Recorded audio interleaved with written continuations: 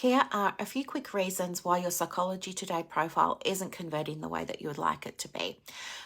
First off, you've said that you provide a whole range of interventions. And by that, I mean like acceptance and commitment therapy and da da da da da da da da. Da.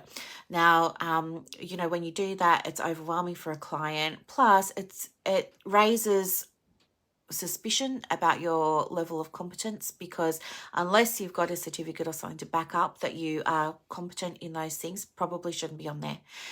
The other thing is your fee.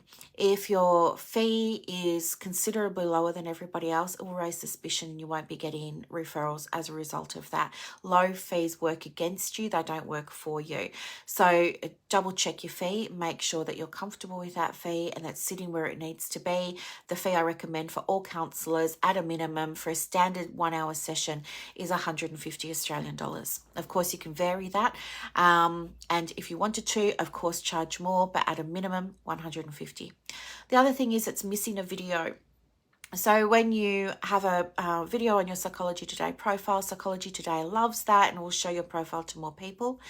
The second thing is you don't have a video that's optimized for clicks, meaning you're getting on the video and you're introducing yourself and saying who you are and what you do and how you help. So no, don't do that, because they already get that information from the Psychology Today profile itself.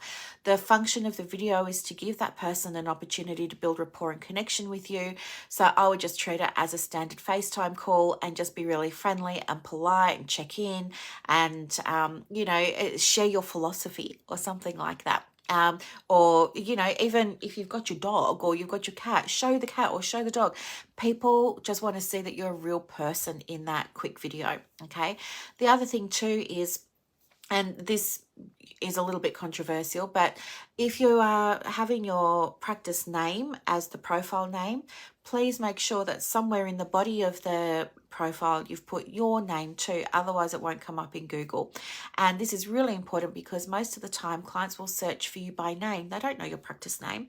I work with so many private practice owners and I only remember a handful of their business names. If I'm even going to be doing something for them, my first step is to Google them, and I always Google by their name. And if they've got a profile where I can't see their name, it doesn't show up. So I hope this helps.